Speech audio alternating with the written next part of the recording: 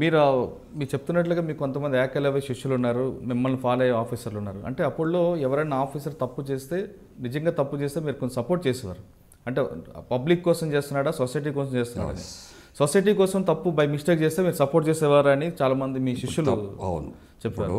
కానీ మీరు ఒక ఇద్దరు ఆఫీసర్ని సస్పెండ్ చేయించారు, వాళ్ళు ఇల్లీగల్ యాక్టివిటీస్తో ఉన్నారండి. వాళ్ళిద్దరు ఆఫీసర్లు ఎవరు, ఎందుకు చేయాల్సి వచ్చింది? వాళ్ళు ఉన్నారు, ఇప్పుడు పేర్లు చెప్పాను. కానీ ఎందుకు చేయాలంటే వాళ్ళకు నేను సస్పెండ్ చేయకపోతే, అంటే నేను సస్పెండ్ చేయమని నా నిర్ణయం కాదు, అది మీది నుంచి వచ్చేది, వాళ్ళకి ఇంటెలిజెన్స్ నుంచి వచ్చేది. ఏంటంటే వాళ్ళు కొద్దిగా ఎక్సెస్గా పోయి మిలిటెంట్స్తో కూర్చొని తాగడం, రేపు పోలీస్ స్టేషన్ అటాక్ అయితే ఎట్లా ఉంటుంది? వీళ్ళ ప్రాణాలకు సేఫ్టీ ఏమున్నది? చెప్పిన చాలాసార్లు మీటింగ్లో చెప్పాను, దాదాపు 1 year హెచ్చరించాం మేము. ఒక ఆఫీసర్ ఆ విధంగా ఉండే, ఒక ఆఫీసర్ వచ్చి నుంచి వాడు ప్రొబేషనే డిక్లేర్ కాలేదు, చాలా డబ్బులు వసూలు చేయడం, ఆర్ఎంపీలందరినీ మీటింగ్ పెట్టి బెదిరించి మంత్లీ మామూలు మాట్లాడుకుంటే వారిని ఇచ్చాం. అట్లా జరిగింది. అంటే ఇల్లీగల్ కాంట్రాక్ట్స్ పెట్టుకున్నారు ఇద్దరు ఆఫీసర్లు, రవీందర్ గారు టైంలో వాళ్ళిద్దరు ఎవరండి? పేర్లు నేను చెప్పానండి, అదొకటి అడగొద్దు. అంటే మిలిటెంట్స్తో పెట్టుకున్నారా లేదా వేరే వాళ్ళతో? మిలిటెంట్స్ కొద్దిమంది, ఒక లేడీ ఉందని అట్లా. వాళ్ళిద్దరు సస్పెండ్ అయ్యారా? Removed from the services. DG గారు సీరియస్ తీసుకున్నారు అప్పుడు. ఓకే. అంటే మీరు సొసైటీకి సంబంధించి వాళ్ళు మీ శిష్యులు తప్పు చేస్తే కాపాడారు, కానీ ఇలాగా ఇల్లీగల్ యాక్టివిటీస్ అయితే సపోర్ట్ చేయలేదు. 100% చేయాలి. ఓకే. ఇప్పుడు మీ శిష్యులు చాలామంది చెప్తున్నారు, మాకు అలాంటి ఆఫీసర్ లేరు, సపోర్ట్ మీ సొసైటీకి చేసాం, కానీ మా ఇంత ఇష్యూలో మమ్మల్ని సస్పెండ్ చేసి మా కెరీర్ని ఒక విధంగా స్పాయిల్ చేశారు, ఇటువంటి మమ్మల్ని కాపాడే ఆఫీసర్ లేరు అంటున్నారు. అది కరెక్ట్ అంటారా? నాకు తెలిసిన మటుకు ఇప్పుడున్న ఆఫీసర్లకు గతంలో ఉన్న ఆఫీసర్కి అదే తేడా కనిపిస్తుంది. మంచి వస్తే ఓన్ చేసుకుంటారు, చెడు వస్తే తోసేసే రకాలే కనబడుతుంది. అది ఎంతవరకు కరెక్ట్ అంటారండి? ఇప్పుడు వాళ్ళు చేసేది 5 ఆఫీసర్ సస్పెండ్ అయ్యి వాళ్ళ కెరీర్ స్పాయిల్ చేశారు. అది వాళ్ళ గ్రౌండ్స్ ఎందుకు చేశారో ఏందో నాకైతే తెలియదు.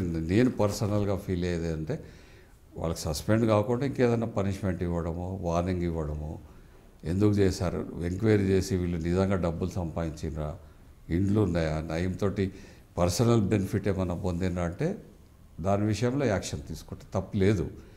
కానీ నాకు పేపర్ల ద్వారా తెలిసింది ఏంటంటే ఎలాంటి విచారణ లేకుండానే అలిగేషన్స్ వచ్చిన దాని మీద, అంటే లీగల్గా సివిల్ కోడ్ ప్రకారం అలిగేషన్ మీద కూడా సస్పెండ్ చేయొచ్చు, తర్వాత విచారణ తర్వాత ఏం లేదంటే మళ్ళీ చేసుకోవచ్చు, రిక్రూట్ చేసుకోవచ్చు. కానీ అంటే ఇటువంటి ఆఫీసర్ని ఒక మొరాలిటీ దెబ్బతిన్నట్టు అనిపిస్తుంది కదా సస్పెండ్ చేయడం అనేది. రేపు ఉదయం ఇంకా సీరియస్ ఇష్యూ అయినప్పుడు ఎవరి కోసం చేయాలి అనే క్వశ్చన్ కానీ వస్తే చాలామందికి అది వచ్చిందండి. చాలామంది నా దగ్గర పనిచేసిన ఆఫీసర్లు చాలామంది నాతో ఎక్స్ప్రెస్ చేశారు, ఎందుకు చేయాలి సార్. నేను అప్పుడు కూడా చెప్పాను శ్రీనివాస్కి, ఇక్కడ టాస్క్ ఫోర్స్లో ఉన్నప్పుడు అది బాగా ఉరుకులా పరిగెత్తుతుంటే, నువ్వు శ్రీను అప్పటి పరిస్థితి లేదు పోవద్దని కూడా చెప్పాను. ఆ పిల్లాడు వినలేదు. అంటే ఆ శ్రీనివాస్ ఒక్కరు కాకుండా చాలామందికి అంటే ఇప్పుడు మీరు మాట్లాడింది వాళ్ళ గురించి కాబట్టి వాళ్ళ గురించి, తర్వాత మీతో నా దగ్గర పనిచేయలేదండి. అంటే కొంతమంది నయీం క్యారెక్టర్ని అరెస్ట్ చేయాలన్నప్పుడు కొంతమంది అప్పుడు ఉన్న బాస్లో అతను అరెస్ట్ కాకుండా కాపాడారట, వాళ్ళు ఎవరైనా మీకు ఐడియా ఉందా? నాకైతే ఐడియా లేదు. దినేష్ రెడ్డి గారు ఒక రిపోర్ట్ కూడా ఇచ్చారట వాళ్ళిద్దరి మీద. ఆ దినేష్ రెడ్డి గారిని అడగాలి. అది హై లెవెల్లో ఏదైతే జరుగుతున్నదో అది మాకు తెలియదండి. నేను ఇప్పుడు నా రోల్ ఎంతవరకు అంటే 2000 వరకే. 2000 వరకు నయం లేడు. 2000 తర్వాత నేను చిత్తూరు వెళ్ళిపోయాను. నాదంతా రాయలసీమ. 8 సంవత్సరాలు రాయలసీమలే. 1 సంవత్సరం నేను సంగారెడ్డిలో అడిషనల్ ఎస్పీ రిటైర్డ్ అయిపోయాను. అప్పుడు నేనేం పట్టించుకోలే. ఒకటి అనిపించిందండి, మాధవరెడ్డి గారు చనిపోయిన తర్వాత కొద్దిగా నేను చాలా మూడ్ ఆఫ్ అయింది నాకు. ఓకే, నేను ఇక చేయలేకపోయినా ఎవడని చెప్పినా చేయొద్దు అనుకున్నా, నిర్ణయం చేసుకున్నా. ఏ విషయంలో నేను పట్టించుకోకపోతే చెప్తే ఇంటుంటే వాళ్ళు చెప్తే.